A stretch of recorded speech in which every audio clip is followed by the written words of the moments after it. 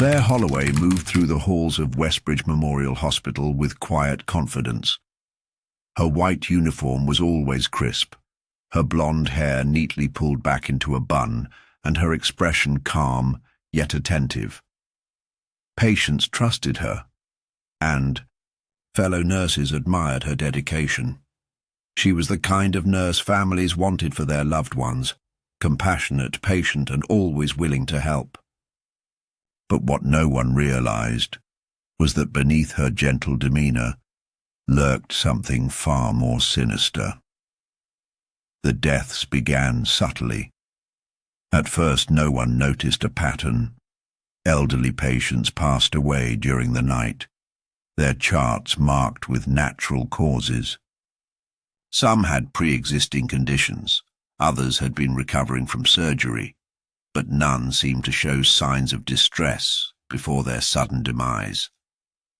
Doctors, overworked and exhausted, signed the death certificates without question. Families mourned, never suspecting that their loved ones had not simply slipped away peacefully, but had been deliberately led to death's door. Claire was always there, a comforting presence in the background. She offered tissues to weeping relatives, placed a reassuring hand on a grieving spouse's shoulder, and whispered kind words about how their loved one had gone peacefully in their sleep. She never sought attention, never lingered too long in conversations, but those who met her always remembered how kind she had been during their darkest moments. It wasn't until Dr. Raymond Wells, a senior physician at the hospital, began noticing an unusual trend that suspicion started to grow. He had worked in the medical field for over 20 years and had seen his share of unfortunate deaths. But something about the cases piling up on Claire's shifts made him uneasy. Patients who had been stable just hours before were found unresponsive in the early morning hours. Many of them had no history of diabetes, yet their charts showed dangerously low blood sugar levels before death. One particular case gnawed at him. An elderly woman, Mrs. Caldwell, had been admitted for a minor hip fracture. She had no history of metabolic disorders, yet she had suffered a sudden hypoglycemic episode and died before the morning rounds. Dr. Wells couldn't understand how this was possible. Her blood tests from the previous evening had been completely normal. The thought of foul play seemed absurd. After all, Westbridge Memorial was a reputable institution. The staff was carefully vetted, and nurses like Claire were seen as the backbone of patient care. But as the months went by, the numbers became impossible to ignore. Each unexpected death had one common factor. Claire had been on duty, even so there was no proof. The hospital's internal investigations turned up nothing. Suspicious. Insulin overdoses, when administered in the right amounts, could mimic a natural decline, making them almost undetectable in standard post-mortem examinations. Claire knew this. She had spent years studying how to take a life without leaving a trace. She didn't do it for revenge or personal gain. To her, it was an act of mercy. She believed she was ending suffering, making decisions doctors were too afraid to make. But in reality, she was playing God, and no one had yet realized it. Claire Holloway had perfected her method over the years. She knew exactly how much insulin to administer to cause a slow, undetectable decline. Too much, and the body would react too quickly, raising suspicion. Too little, and the patient might recover, ruining her carefully orchestrated plan. She had studied medical reports, learned from past mistakes, and ensured that each dose was just enough to tip the balance toward death without leaving any clear signs of foul play. Her victims weren't always terminally ill. Some were elderly patients recovering from surgery. Others were stable but required long-term care. A few were even expected to be discharged within days. Claire didn't discriminate. She chose them based on opportunity. The quiet ones, The ones without frequent visitors, the ones who wouldn't raise immediate alarm if they suddenly passed away. She kept a mental list, carefully observing patient charts, waiting for the right moment. She had developed a routine. In the early hours of the morning, when the hospital was at its quietest, she would make her rounds.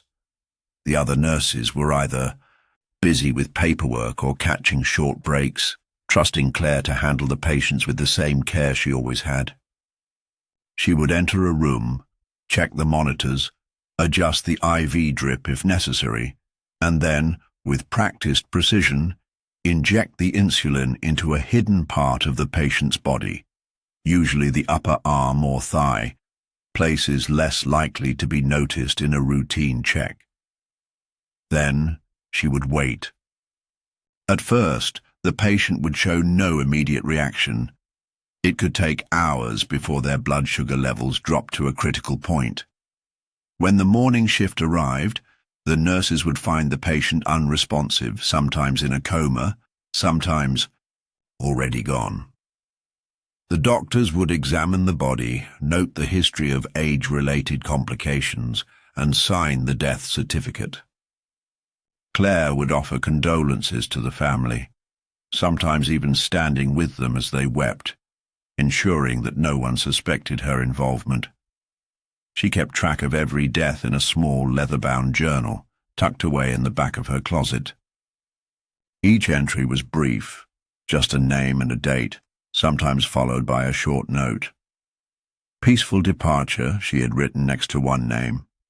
No suffering, beside another. She convinced herself that she was doing them a favor, easing them into death, rather than letting them linger in discomfort. But her pattern had not gone entirely unnoticed. Dr. Wells had started reviewing medical records and noticed the strange trend of unexplained hypoglycemia. When he cross-referenced the dates of death with nursing schedules, one name kept appearing, Claire Holloway. He shared his concerns with the hospital administration, but without concrete proof there was little they could do.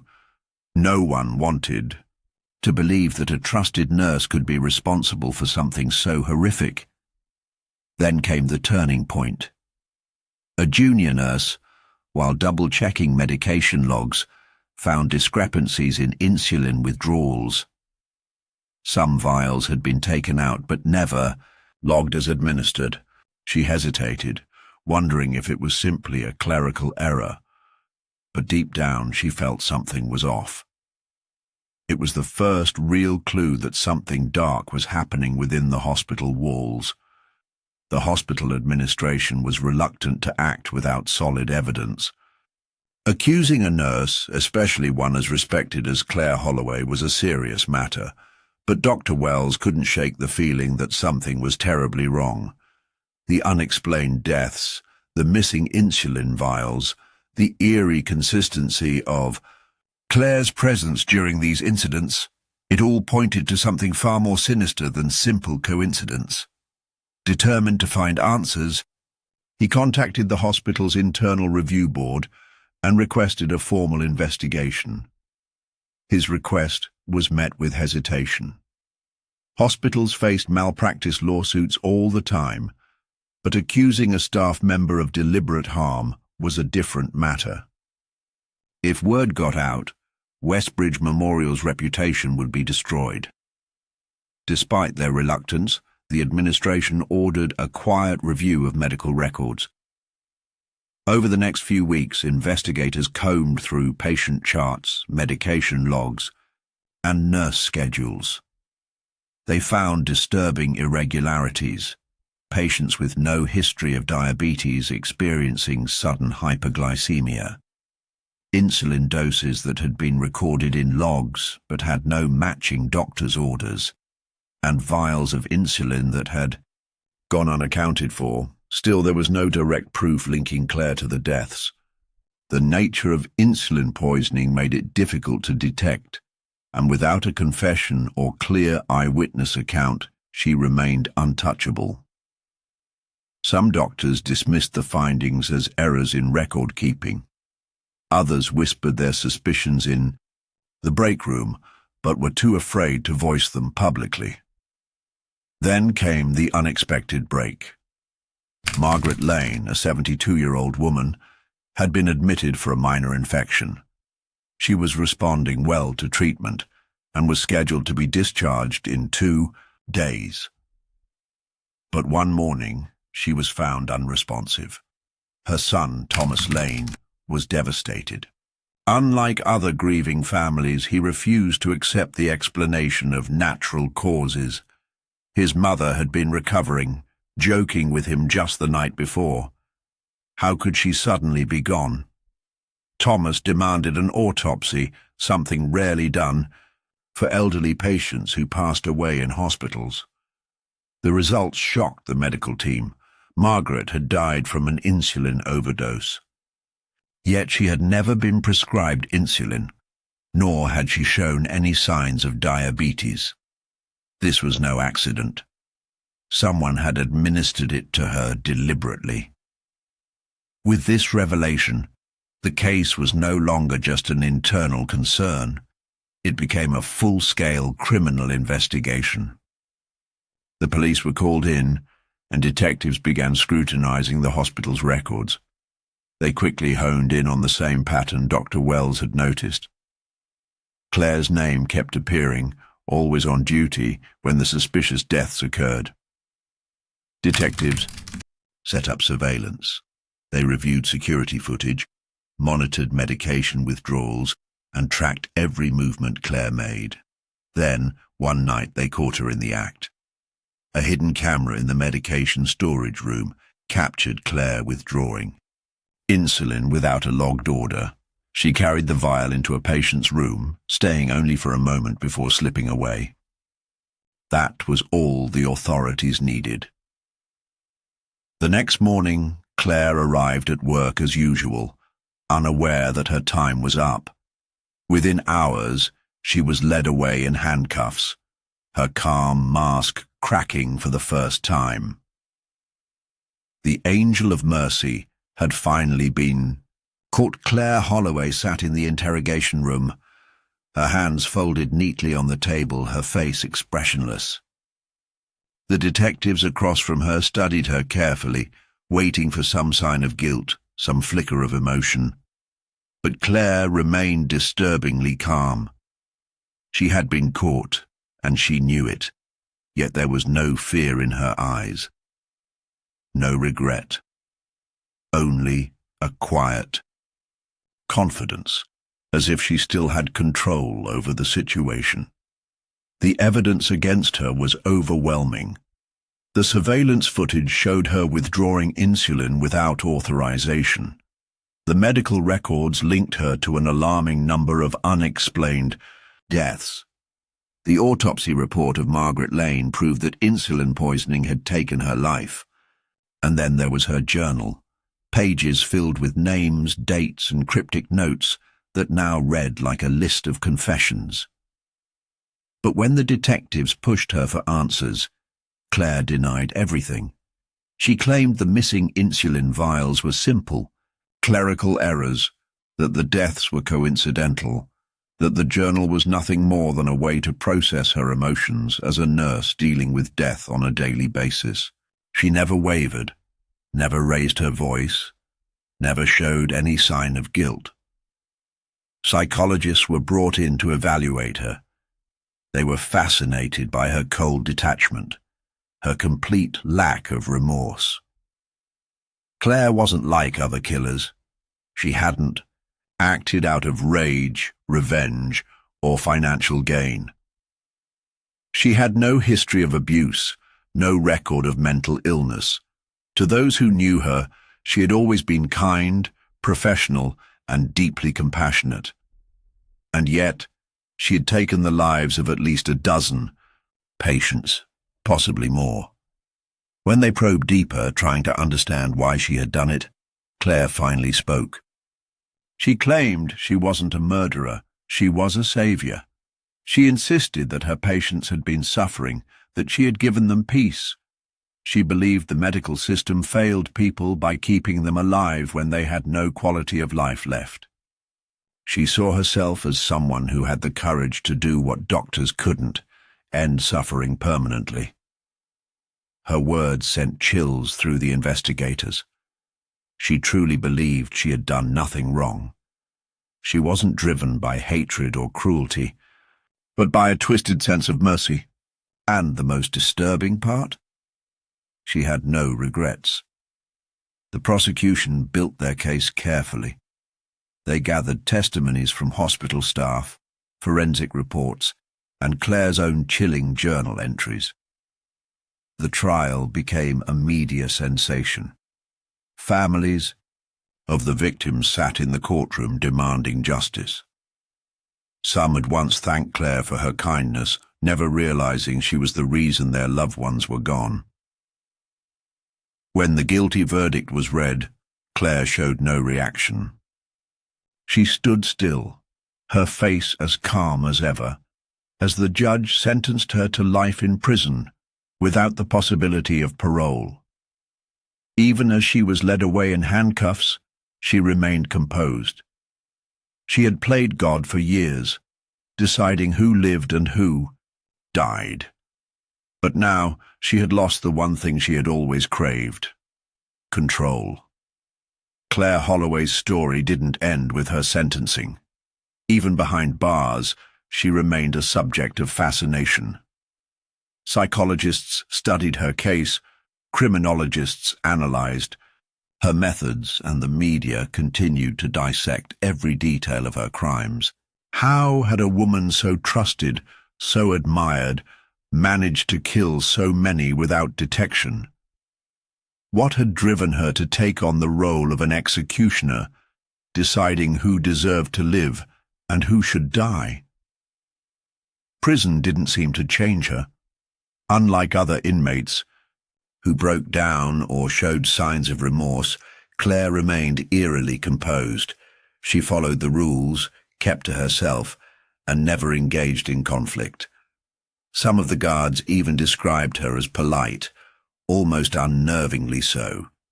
She never spoke of her crimes, never admitted guilt, but never protested her innocence either. It was as if she had accepted her fate without emotion, just as she had accepted the deaths of her patients. Outside the prison walls, the impact of her actions continued to spread. Families of the victims struggled to process the truth. Many had believed their loved ones had passed away peacefully, only to learn they had been taken from them by a woman they had trusted. Some found solace in Claire's conviction, knowing she would never harm anyone again. Others were haunted by unanswered questions. Why had she chosen their family members?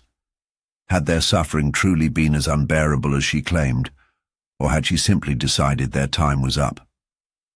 Westbridge Memorial Hospital faced its own reckoning. The administration was heavily criticized for failing to detect the pattern sooner. Policies were changed, oversight was increased, and stricter controls were placed on medication access. Nurses and doctors alike struggled with the knowledge that a killer had worked among them, undetected for years. Many questioned their own memories. Had they ever seen something unusual and dismissed it as nothing? Had they ever stood beside Claire without realizing who she truly was? Despite the passage of time, Claire's case remained a chilling reminder of how easily trust could be manipulated. True crime documentaries explored her story. Experts debated whether she was a psychopath or a misguided savior, and the public remained divided. Some saw her as a monster, a cold-blooded killer who preyed on the vulnerable. Others saw her as deeply disturbed, a woman who had convinced herself she was doing good, even as she took innocent lives. Claire never gave interviews, never wrote letters, never sought attention. She remained as silent in prison as she had been in the hospital, her motives forever locked away within her mind. Even those who studied her case couldn't agree on one final question. Had she truly believed she was helping her victims, or had it all been an excuse? In the end, only Claire knew the truth, and she wasn't telling.